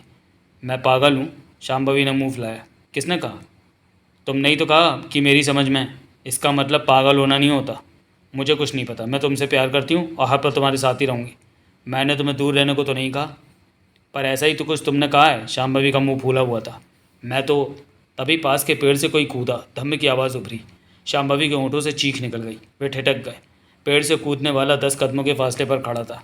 उसकी दाढ़ी बड़ी हुई थी, सिर के बाल फैलकर कंधों तक झूल रहे थे। कमर में एक कपड़ा बंधा था और हाथ में फरसा थामा था। वो खतरनाक लग रहा था। जगमोहन ने सतर्कता से उसे देखा। ये जग्गू, ये कौन हो तुम? जगमोहन ने ऊंची आवाज़ में पूछा। तभी एक अन्य पेड़ से वैसे ही दिखने वाला व्यक्ति फरसा थामे उतरा। देखते देखते वो 5 आदमी वहाँ नजर आने लगे। जगमोहन को खतरा महसूस होने लगा। शांभवी इसके साथ सिमटी हुई थी। कौन हो तुम लोग? जगमोहन ने पूछा। तभी पहले वाले ने उन्हें साथ चलने का इशारा किया। कहाँ ले जाना चाहते हो हमें? उसने फिर सामने की तरफ चलने को कहा। तुम बोलते क्यों नहीं? जगमोहन सावधान था। उसका फरसा हवा में लहराया और एक दिशा की तरफ चलने का इशारा किया। ये हमें उस तरफ चलने को कह रहे हैं। जगमोहन बोला। हमें इनकी बात माननी पड़ेगी। ये बोल क्यों नहीं रहे? शांभवी डरी सी कह उठी। मैं नहीं जानता। जगमोहन ने बारी बारी पाँचों पर निगाह मारी। चल यहाँ से आगे चल जग्गू, हम इतनी तेज़ भागेंगे कि हमें पकड़ नहीं सकेंगे। बेवकूफ़ी वाली बात मत करो। ये 5 है और ख़तरनाक लग रहे हैं। हम बच नहीं सकते। इनका मुकाबला करने की चेष्टा की तो ये हमें मार देंगे। हमें इनकी बात माननी होगी। लेकिन ये हमें कहाँ ले जाना चाहते हैं? देखते हैं ये। तभी वो व्यक्ति फरसा हवा में लहराकर गुर्राया और इशारे से आगे बढ़ने को कहा। जगमोहन ने शांभवी का हाथ पकड़ा और उसकी बताई दिशा की तरफ चल पड़ा। वो व्यक्ति फरसा थामे उनके आगे चलने लगा। बाकी 4 पीछे आने लगे। सफ़र ज़्यादा लंबा नहीं रहा, 7-8 मिनट में ही ख़त्म हो गया। वह एक छोटी सी बस्ती में आ पहुँचे थे जहाँ 15 झोपड़े बने हुए थे। कुछ औरतें, आदमी और बच्चे वहाँ दिखे, परंतु उन्हें वहाँ देखते ही कुछ पलों के लिए वे हैरान उठे। फिर एकाएक की खुशी से उछल उछल के चिल्लाने लगे। इन्हें क्या हो गया? ये इस तरह खुश क्यों हो रहे हैं हमें देखकर? शांभवी बोली, जबकि जगमोहन के माथे पर बल पड़ चुके थे। बता जग्गू, शांभवी पुनः कह उठी। मेरे ख्याल से यहाँ कुछ ठीक नहीं हो रहा। क्या ठीक नहीं हो रहा? जगमोहन होठ पीछे हर तरफ नजरें घुमा रहा था। उसे लाने वालों में से 2 किसी अजनबी भाषा में उन लोगों से बात करने लगे। फिर एक आदमी दौड़ा दौड़ा एक झोपड़े में प्रवेश कर गया। जल्दी वो अन्य आदमी के साथ बाहर निकला। वो आदमी अन्यों की अपेक्षा ज़्यादा लंबा चौड़ा था। गले में मालाएं डाल रखी थी, कमर में कपड़ा लपटा था और एक कपड़े में उसने अपने सिर के बालों को बांध रखा था। वो चमक भरी निगाहों से इन दोनों को देखता अजनबी भाषा में पास खड़े आदमी से बात करने लगा। बाकी लोग अभी भी खुशी से नाच चिल्ला रहे थे। क्या कह रहे हो तुम लोग? एकाएक जगमोहन चिल्लाकर कह उठा। उसी पल वहाँ उठता शोर थम गया। वे जगमोहन और शांभवी को देखने लगे। झोपड़े से बाहर आने वाला व्यक्ति यहाँ का सरदार था। वो उनकी तरफ बढ़ने लगा। जगमोहन ने कसकर शांभवी का हाथ थाम लिया। सरदार 4 कदम के फासले पर टिटका। वो मुस्कुरा रहा था। जानते हो तुम कहाँ हो? सरदार ने पूछा। मौत की घाटी में। सही कहा, तुम भी मौत की घाटी में और हम भी। फ़र्क यह है कि यहाँ हमारा स्थायी निवास है, जबकि तुम भटक कर यहाँ आ गए हो। कश्ती ने तुम्हें यहाँ पहुँचाया होगा, सरदार बोला। हाँ, ऐसा ही होता है हर बार। कश्ती किसी न किसी को यहाँ पहुँचा ही देती है कि हम स्वादिष्ट भोजन कर सकें। स्वादिष्ट भोजन? जगमोहन के होठों से निकला। इंसानों का मांस हमारा खास भोजन है, परंतु यहाँ इंसान नहीं मिलते। कभी कभारी कश्ती तुम जैसों को यहाँ पहुँचा देती है। उनमें से भी आधा हमें छोड़ना पड़ता है। आधा छोड़ना पड़ता है? जगमोहन के होठों से निकला। हाँ, मौत के देवता का ऐसा ही आदेश है। हमें जो भी इंसानी भोजन मिलता है उसमें से हम आधा ही खा सकते हैं और आधे को छोड़ देना होता है। पर इस बार तुम 2 इंसान ही आए हो। आधा आधा तुम दोनों को भून भून कर खाया जाएगा। आज की रात बढ़िया बीतेगी, वरना दूसरी चीज़ें खाकर ही सोना पड़ता था। जग्गू, शांभवी घबराकर बोली, ये हमें भून कर खाना चाहते हैं। बुरे इंसान हैं ये। सरदार हंस पड़ा। ये हमें मार डालेंगे जग्गू। शांभवी के शरीर में भय भरा कंपन उठा। जगमोहन के चेहरे पर दरिंदगी नाच उठी थी। नज़र सरदार पर थी। तुम गलत कर रहे हो, गलत कह रहे हो। तुम हमारी जान नहीं ले सकते। जगमोहन क्या उठा। आज की शाम तुम दोनों आधे आधे काटे जाओगे, तब तक पहरे में रहोगे। ये पागल लोग हैं जग्गू, मार देंगे हमें। शांभवी चीख उठी। सरदार हंस पड़ा। भाग शांभवी। जगमोहन शांभवी का हाथ थामे चीखा, हमें इन लोगों से बचना है। इसके साथ ही दोनों पलटकर जंगल की तरफ भाग खड़े हुए। सरदार अपनी भाषा में गला फाड़कर चीखा तो वहाँ फरसा थामे खड़े 5 व्यक्ति उनके पीछे भागे। भाग शांभवी भाग। जगमोहन के होठों से घुर्राहट निकली। भाग तो रही हूँ, मैंने तो पहले ही कहा था कि भाग लेते हैं। हमें इनसे बचने की पूरी कोशिश करनी है, नहीं तो ये हमारी जान ले लेंगे। इतने में ही शांभवी की सांस चढ़ने लगी। जग्गू, मेरा तो दम फूला जा रहा है। शांभवी हाफते हुए कह उठी। दौड़ते दौड़ते जगमोहन ने पीछे देखा, फिर ऊंचे स्वर में बोला, भाग शांभवी, वो हमारे पास आते जा रहे हैं। मेरे से नहीं दौड़ा जा रहा, हाफ रही थी शांभवी। वो हमें मार देंगे। तू उन्हें मार दे जग्गू, वो 5 है शांभवी, उनके पास फर्श हैं, उनसे लड़ना बेवकूफ़ी होगी। भाग चोर। मैं थक गई जग्गू। नहीं शांभवी, रुकना मत, भागती रहे। जगमोहन चीखा। हमें अपनी जान बचानी। तभी शांभवी का पाँव किसी चीज़ से टकराया, वह धड़ाम से नीचे जा गिरी। शांभवी के होंठों से चीख निकली। शांभवी का हाथ छूट गया जगमोहन के हाथों से। जगमोहन तड़प ठिठका और पलटा। चेहरे पर दरिंदगी थी। पीछे आते 5 ज़्यादा दूर नहीं थे। वे हर पल पास आते जा रहे थे। जगमोहन जल्दी से शांभवी से कह उठा, उठ शांभवी, हमें अपनी जान बचानी। मैं भाग नहीं सकती, तू भाग जा, अपनी जान बचा। मैं नहीं शांभवी नहीं। जगमोहन तड़प उठा। तुझे छोड़कर मैं कैसे भाग सकता हूँ? तुझे मेरी कसम जग्गू, भाग जा। तुझे मेरी कसम जग्गू, भाग जा यहाँ। इसी पल वो 5 पास आ पहुँचे थे। जगमोहन की निगाह उन 5 पर जा टिकी। शांभवी तक नीचे गिरी पड़ी थी। तभी जगमोहन ने 3 कदमों पर फरसा थामे खड़े व्यक्ति पर छलांग लगा दी। उस व्यक्ति ने दोनों हाथ बढ़ाकर जगमोहन को रोकना चाहा कि तभी फरसे की मूठ जगमोहन की कनपट्टी पर जा लगी। जगमोहन के होठों से कराह निकली और वो नीचे लुढ़कता चला गया। ये क्या किया तुम लोगों ने? शांभवी चिल्लाकर उठी और बदआवाज़ सी जगमोहन के पास पहुंच गई। जग्गू, जग्गू। परंतु जगमोहन बेहोश हो चुका था। क्या हो गया जग्गू को? शांभवी ने तड़प कर उन लोगों को देखा। उन लोगों ने आपस में बात की, फिर एक आगे बढ़ा और उसने जगमोहन को उठाकर कंधे पर डाल लिया। दूसरे ने शांभवी की कलाई पकड़ी और वापस बस्ती की तरफ चल पड़े।